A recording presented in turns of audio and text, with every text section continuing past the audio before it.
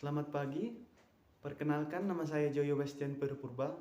Saya dari Politeknik Negeri Medan jurusan Administrasi Bisnis kelas 3D. Di sini saya ingin membahas tentang pelajaran manajemen kearsipan. Yuk kita bahas bersama.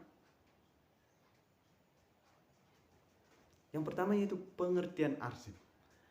Arsip adalah setiap catatan tertulis baik dalam bentuk gambar ataupun bahkan yang memuat keterangan-keterangan mengenai sesuatu subjek atau pokok persoalan ataupun peristiwa yang dibuat orang untuk membantu daya ingat.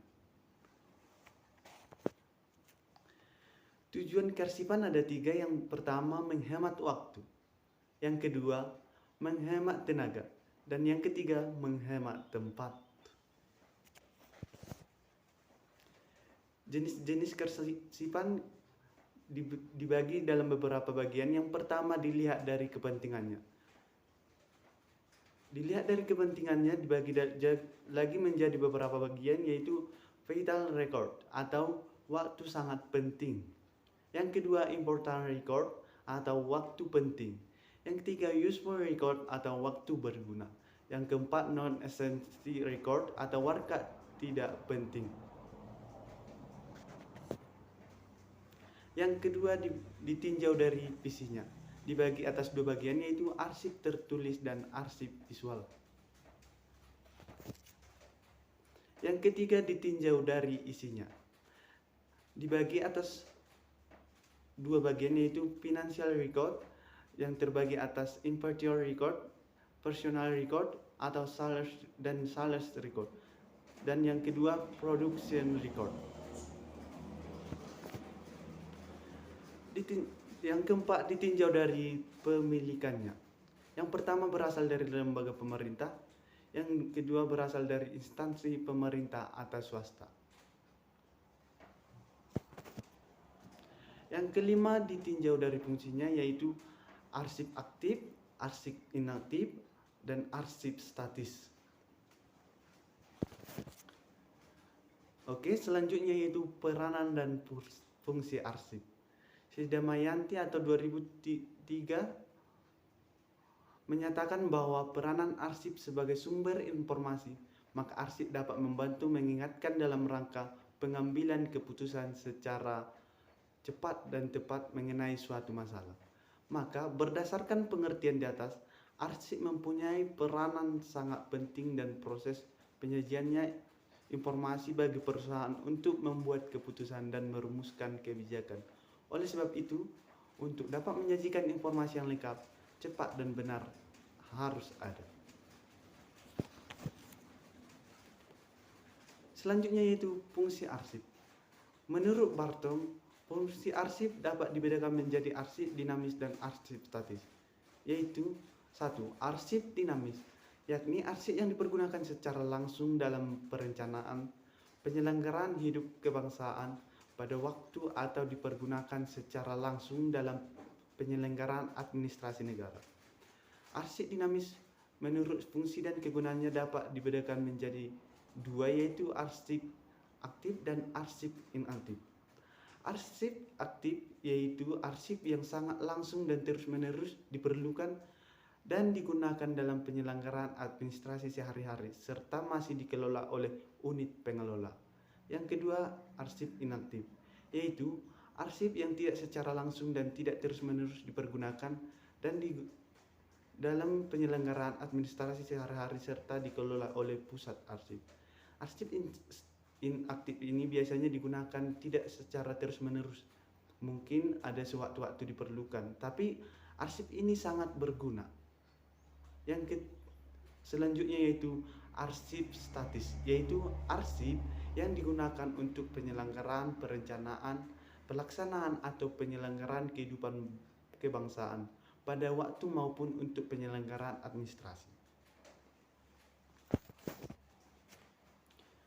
Selanjutnya yaitu nilai guna arsip. Nilai guna arsip adalah nilai kegunaan yang terkandung di dalam arsip yang didasarkan atau kepentingan pengguna arsip itu sendiri. Berikut ada beberapa pendapat mengenai nilai guna arsip, antara lain sebagai berikut. Yang pertama, menurut Nasional Republik Indonesia, ditinjau dari kepentingan penggunaan arsip, nilai guna arsip dapat dibedakan menjadi: yang pertama, nilai guna arsip primer, yaitu nilai guna arsip berdasarkan kebutuhan arsip bagi kepentingan lembaga atau instansi pencipta arsip. Nilai guna primer. Yang kedua, nilai guna primer meliputi: satu, nilai guna administrasi adalah nilai guna arsip yang didasarkan pada kegunaan bagi pelaksanaan tugas dan fungsi lembaga, instansi atau pencipta arsip. Yang kedua, nilai guna hukum. Ada nilai guna arsip yang berisikan bukti-bukti yang mempunyai kekuatan hukum atas hak kewajiban warga negara dan pemerintah. Kalau nilai guna hukum contohnya seperti akte kelahiran, kartu keluarga, atau yang menyangkut kepribadian kita yang bisa kita buat sebagai bukti kalau diperlukan sewaktu-waktu. Yang keempat, nilai guna keuangan. Ada arsip yang mempunyai nilai keuangan yang berisikan hal yang menyangkut transaksi dan penanggung-jawaban keuangan. Biasanya ini terjadi pada pemerintahan seperti kwitansi, faktur. Ini sangat berguna. Jika ini hilang, mungkin ada inilah yang terjadi dalam pikiran seseorang, ada penyelundupan atau suap. Sehingga nilai arsip primer ini kita harus simpan karena mengandung nilai guna keuangan. Selanjutnya kita akan membahas tentang nilai guna sekunder, yaitu nilai guna arsip berdasarkan pada kegunaan arsip bagi kepentingan lembaga atau instansi lain atau untuk kepentingan umum. Arsip nilai guna sekunder meliputi: nilai guna kebuktian adalah jika dalam arsip itu terkandung fakta dan keterangan yang digunakan untuk menjelaskan tentang lembaga atau instansi tersebut, diciptakan, dikembangkan, diatur fungsi dan kegiatannya. Yang kedua, nilai guna informasional adalah jika dalam arsip itu dan informasi yang ada di dalam mengandung berbagai kepentingan penelitian dan sejarah tanpa dikaitkan dengan lembaga instansi pencipta arsip.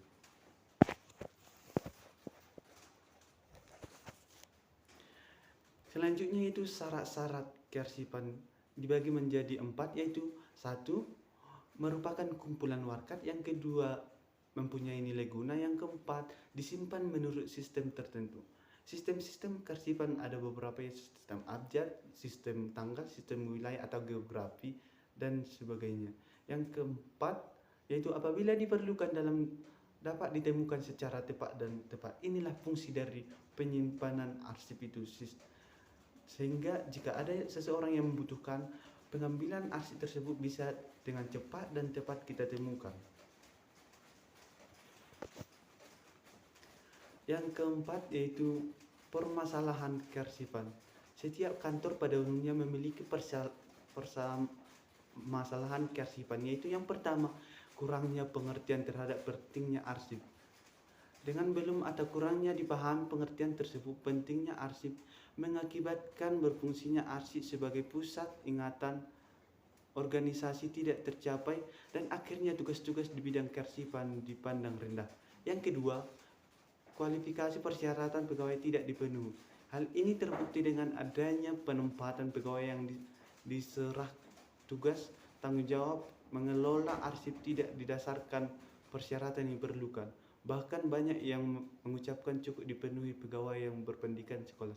Ini merupakan suatu pendapat yang salah, karena dalam pengelolaan arsip kita harus memiliki kecakapan yang cukup, keterampilan dan keingatan yang kuat supaya kita dapat mengingat penyimpanan arsip tersebut, sehingga ketika ada seseorang yang meminta arsip tersebut, kita dapat mengambilnya dengan cepat, dan peminta arsip tersebut dapat merasa nyaman. Sehingga kita harus melakukan beberapa cara untuk dapat memilih seseorang untuk dapat bekerja di bidang kearsipan tersebut. Yang ketiga, yaitu bertambahnya volume arsip secara terus-menerus mengakibatkan tempat dan peralatan yang tersedia tidak menampung arsip lagi. Ini harus kita ingat, yaitu bertambahnya volume arsip dapat mengakibatkan arsip itu menumpuk dan makin menumpuk. Oleh sebab itu, kita harus membuat sebuah pedoman, yaitu bahwa jika arsip tersebut sudah tidak berguna lagi, kita dapat memusnahkan. Jika arsip tersebut sudah lumayan berkuranglah keaktifannya, kita dapat memindahkan arsip tersebut ke tempat yang lebih jarang kita lihat. Dan jika arsip tersebut sudah lama tidak terpakai, kita harus membuangnya atau memusnahkannya ke tempat-tempat tertentu. Yang keempat, belum dimiliki atau pedoman tata kerja kearsipan yang diberlakukan secara baku di suatu kantor atau organisasi.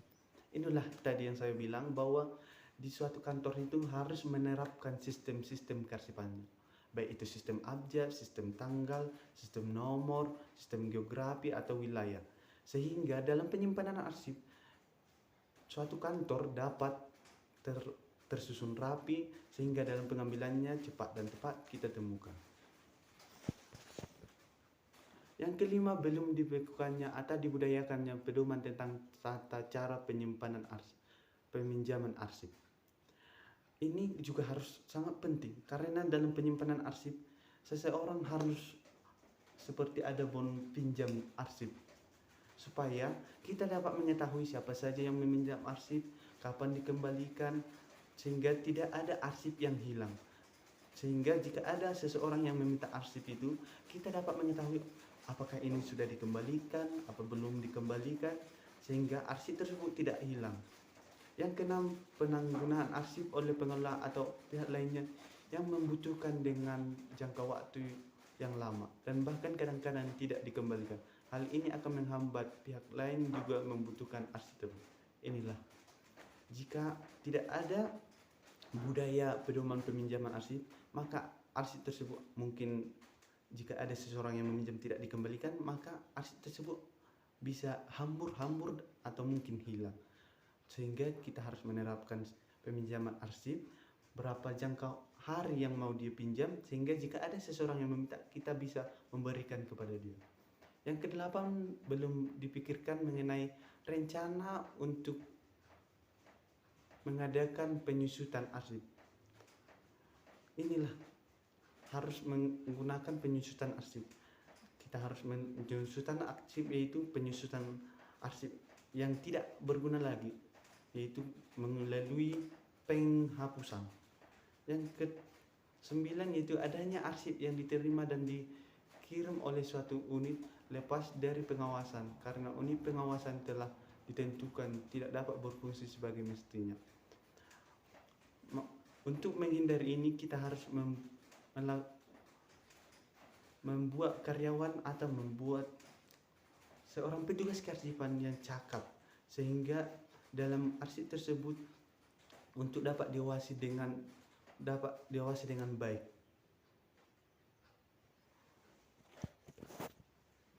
Selanjutnya, upaya penanggulangan masalah kearsipan.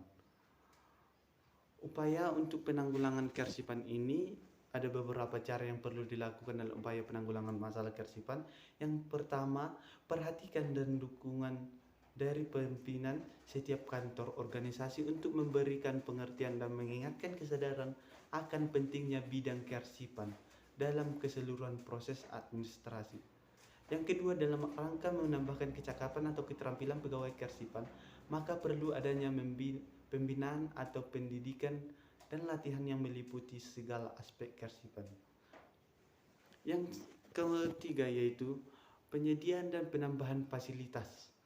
Yang keempat, yaitu perlu dimiliki dan diberlakukannya pedoman tata cara kerja kearsipan di suatu kantor, sehingga dapat memberikan arah yang jelas. Yang kelima, yaitu perlu dilakukan atau dibudayakannya pedoman tentang tata cara peminjaman arsip di tiap kantor. Yang keenam, yaitu penggunaan arsip oleh pihak atau unit lain menuntut agar koordinasi antar unit dalam suatu kantor. Hal tersebut turut mempengaruhi faktor disiplin. Yang ketujuh, yaitu sehubungan dengan sulit ditemukannya kembali arsip dengan usaha cepat dan tepat bila diperlukan pihak lain, maka salah satu usaha penanggulangan adalah perlu diteliti kembali kelemahan sistem yang diberlakukan.